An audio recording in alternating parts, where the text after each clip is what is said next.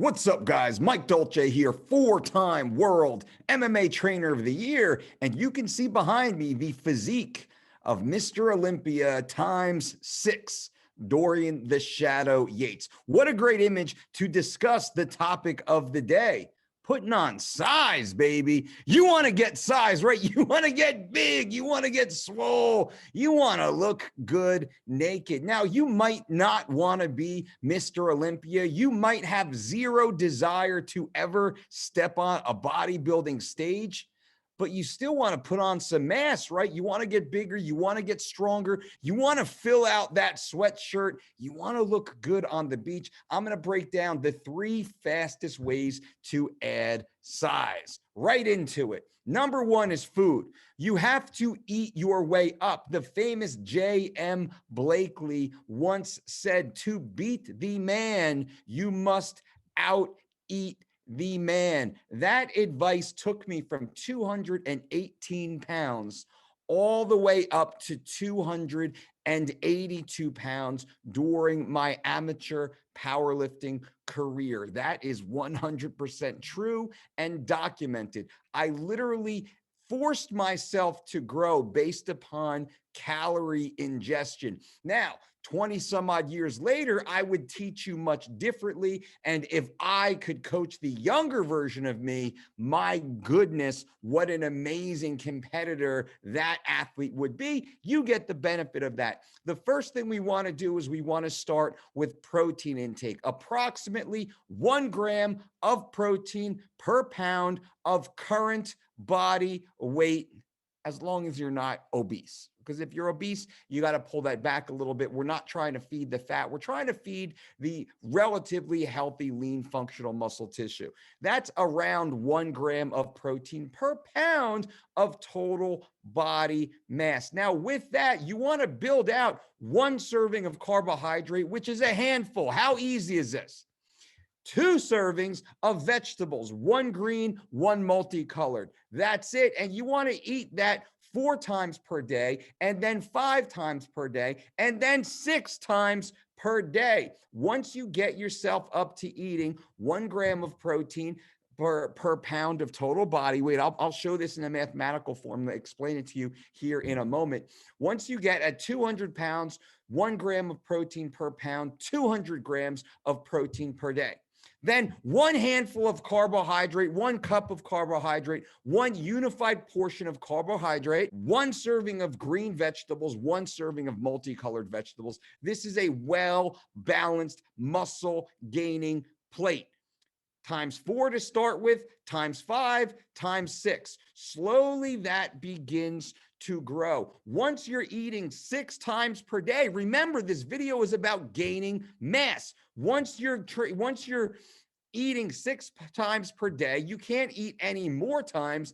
Now we start to increase meal size. We would first start again with protein to build the muscle tissue. Carbohydrates are really just energy, though they are protein sparing, in that by eating ample carbohydrate, your body will not break down or utilize protein as an energy source, so that protein can then be more directly related in muscle building.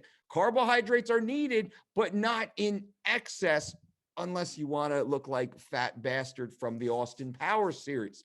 Now, the protein is 1 gram or so. The carbohydrate is 1 serving, 1 handful of greens, 1 handful of multicolors. This is caveman content, but it works. You don't have to worry about the 1s and 0s and all the sciencey shit. This is going to get you gaining fast, healthy, quality, long-term, sustainable, jaw-dropping, bar-bending gains.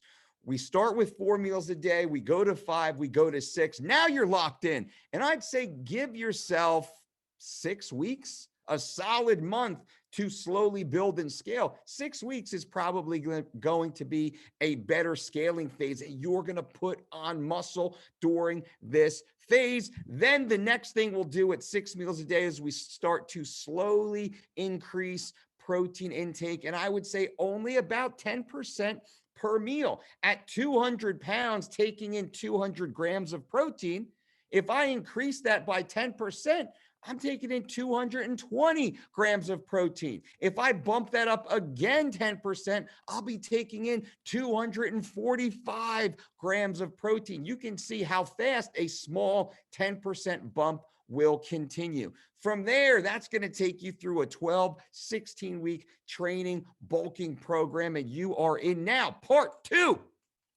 the weights. The food is more important because the weights simply stimulate growth. Without the right food, no growth. Doesn't matter what you do in the gym, no growth. So now we want to stimulate growth. How do we do that to hopefully look like Mr. Yates back here? We need to focus on multi-joint compound movements. Any longtime listeners, viewers of this channel, you've heard me discuss this weekly, monthly, over a decade. I've been talking about the importance of multi-joint compound movements, especially because we work primarily with athletes, not so much bodybuilders or bikini competitors, though we do. We focus on athletes, world-class athletes, Olympic level athletes, wrestlers and fighters and judo players and gymnasts and swimmers and football and basketball. We work with athletes, big, strong, healthy, lean athletes. We utilize multi-joint compound movements, knowing the body simply moves in a very expected, proficient way of categorization. And what does that mean? That means you don't have to waste time doing 20 different chest exercises. You need to simply focus all your might, all your intensity, all of your ability to recover, all your nervous system energy on 2 or 3. 2 or 3 movements per muscle group, muscle system, we should say. Because if we're training our pecs, we're training our delts, we're training our tricep, we're training our back, we might be training our core, our quads, our glutes. We might be doing push presses and training everything else. So multi-joint compound movements. You push, you pull, you squat, you hinge, and you rotate or resist rotation through the trunk. We push and pull vertically and horizontally. We squat, which is a bend, a dip at the knee, stepping up, going up the stairs is a variation of the squat. A walking lunge is a variation of the squat. Sitting on your toilet is a variation of the squat. We push, we pull, we squat, we hinge as we bend at the waist. We lean forward, or really we say we stick our pockets backwards. We try and press our back pockets against the wall behind us to hinge forward. There's different versions of the hinge, the Polish deadlift and such, rounded back deadlifts. That can go into the conversation, but I digress. Food, training, multi-joint compound movements. And at the end of this video, I'll tie this up after I get to part 3. I'll tie this up and I'll give you a workout, how to start, what to do. So definitely stay with me just a little bit longer here. Part 3 is recovery, which is quality sleep and stress mediation. Makes sense? Is that what you're ignoring right now? Quality sleep? Are you getting 7.5 to 9 hours of quality sleep every single night? If not, no gains for you. Sorry, no gains for you. That's just the way it works. We got to be getting 7.5 to 9 hours of sleep per night to optimize anabolism, hypertrophy, muscle growth, and repair. We have to get 7.5 to 9 hours per night. That's like you're working at the Tesla plant, but the staff only works 3 hours a day or 4 hours a day to build these cars. The cars will never get built.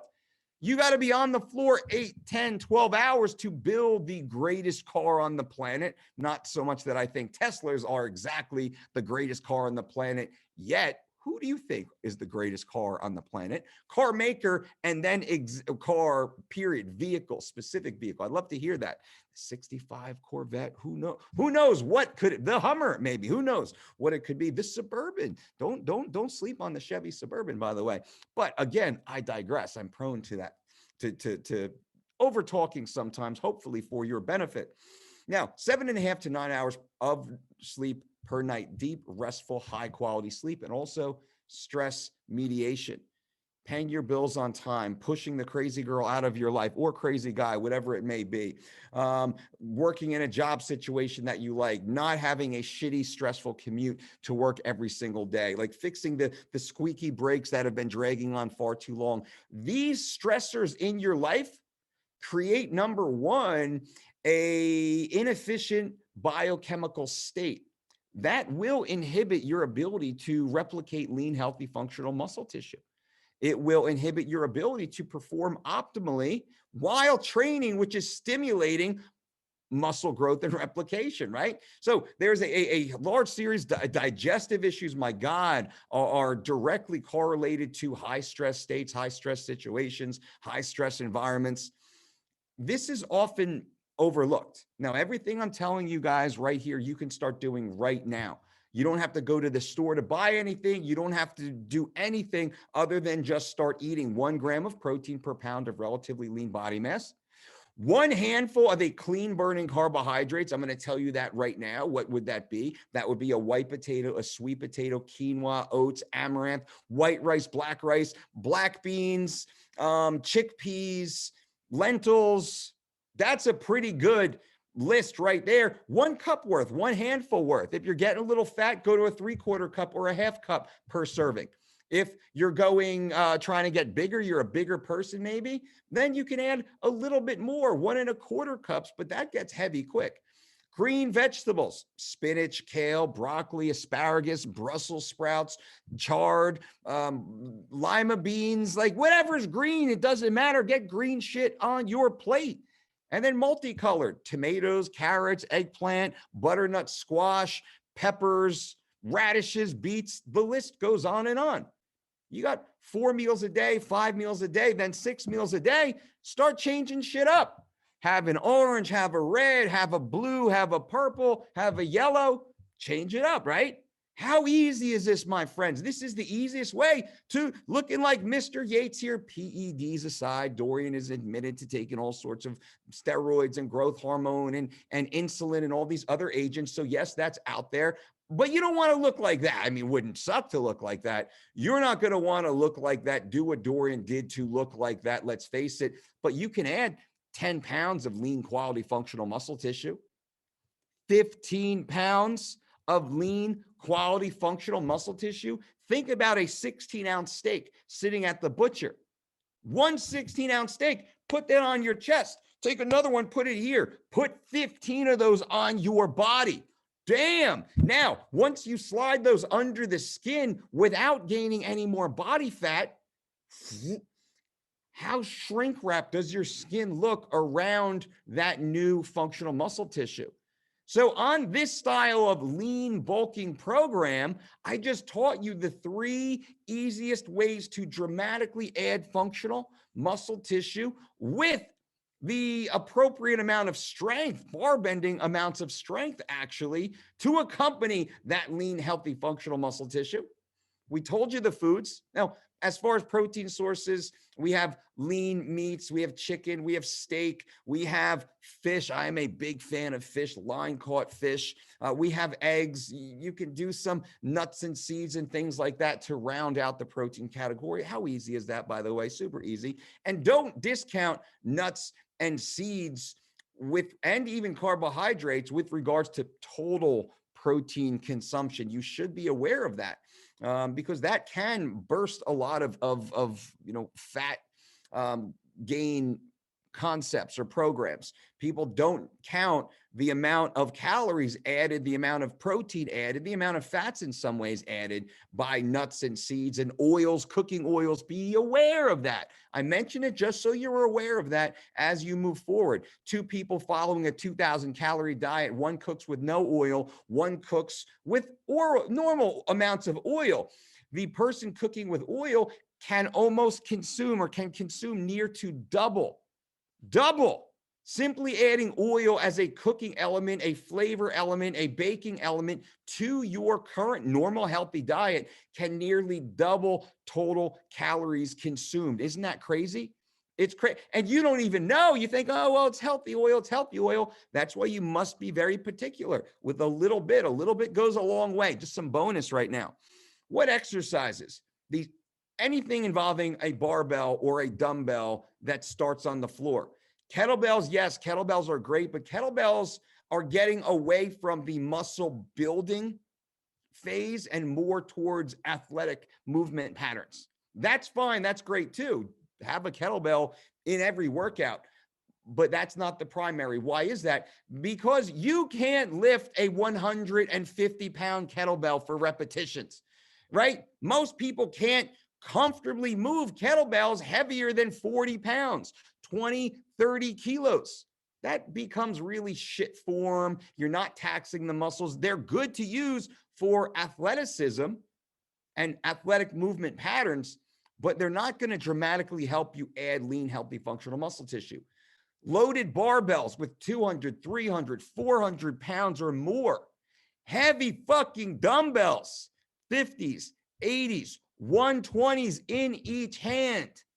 That's going to add muscle tissue, right? So kettlebells can be there, but now we want to focus on multi-joint compound movements, vertical pressing, barbell, military presses. Walk into the squat rack, grab the fucking barbell, bang, bang, press it over here. That simple. Dumbbells on the floor, clean those fuckers up to chest height. Overhead presses, right? That's where we want to be. Floor presses, bench presses stuck. Stay away from bench presses. Dumbbell floor presses, weighted dips, not going too low, not stressing that shoulder. 3/4 dips, 40 to 60% range dips, I think, are better than full range dips simply from shoulder capacity. We work with a lot of gymnasts, a lot of wrestlers where dipping is systemic, and we see a lot of unnecessary injuries simply because they're going too deep with too much intensity, weight, or through fatigue. Again, as an aside here, just for context, bent over barbell rows for pulling motions, heavy weighted chins for pulling motions, squatting, goblet squatting, front squatting, back squatting, high box step ups we use, well, moderate box, 12 to 18-inch box step ups we use quite often, wearing vests and chains and loaded with different devices is a great concept. Zercher squats are fucking insane for adding mass, super uncomfortable. Most people are too soft to program them regularly. I freaking love those, by the way. Hinging, deadlifting. I mean, come on, barbell deadlift, conventional deadlift, sumo deadlift, not so much. More conventionals, more Romanians, more good mornings, on the back, or even Zercher good mornings. Again, I'm a big fan of. You can tell my combat bias to a degree. We want to be able to fucking grab people and just ragdoll them and throw them through walls, throw them over walls. Like, that's the type of strength we want to have. And that's the type of strength these type of programs build.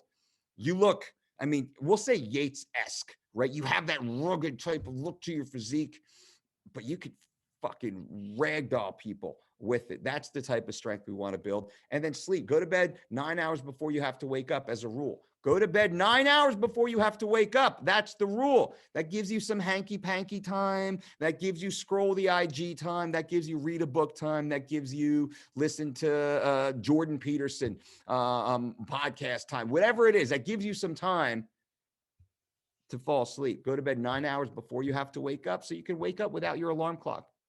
Ooh, how awesome is that, right? Waking up before your alarm clock goes off, enhancing chronobiology and all the beautiful biochemistry that makes for a more efficient lifestyle and outcome. That's a whole nother video series that we'll do, by the way. We had what?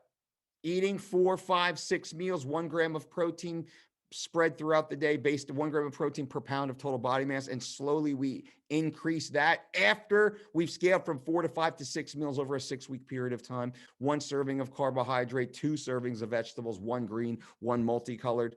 We're training multi-joint compound movements, 6 to 12 repetitions, 8 to 10, 6 to 10, I'd say. 8 being probably the sweet spot. The Goldilocks rep, I would say, is 8, more so than 6. 8 does just a little bit better, I believe. And it's a little bit safer. You can control those loads just slightly better, and you can hit greater points of bio mechanical failure, of technical failure with less risk of injury. That matters. That's a different video also. And then getting that sleep and managing stress. I appreciate you guys for being here. Click the links below this video. There's some cool things we have: one-on-ones, consultations, work with any of our registered dietitians, and online diet and exercise programs personalized to you on your mobile, on your tablet. Freaking awesome stuff down there. Check it out. I appreciate you guys being here. And until next time, boom.